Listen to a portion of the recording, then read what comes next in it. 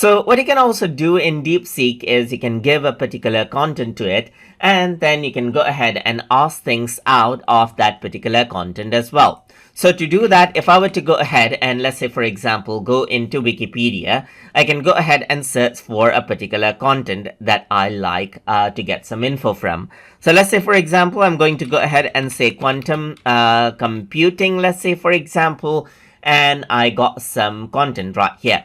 So let's just go ahead and copy out these particular content, let's say, for example, and I'm simply going to give it out to DeepSeek, and I'm going to say, remember these content, I am going to ask you questions based on this. So if I were to go ahead and do this and hit the send button, let's say, for example, then what happens is that DeepSeek will remember this particular content. And now what I can do is I can simply go ahead and ask things. Let's say, for example, I can say what happened in 1996. So you can see that this is what I have. So let's just go ahead and then send that out.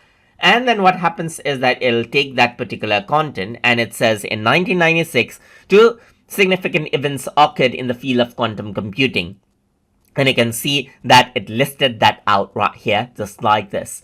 So now what you can see is you see something like classical computer right here. So I'm just going to go around here and say, how is a classical computer different from a quantum computer? So I can simply go ahead and then type this in and then hit the send button, and then what happens is that it simply goes ahead and replies that out. So it says the classical computers and quantum computers differ fundamentally in how they process and store information, as well as in their underlying principles of operation, and here are the key differences.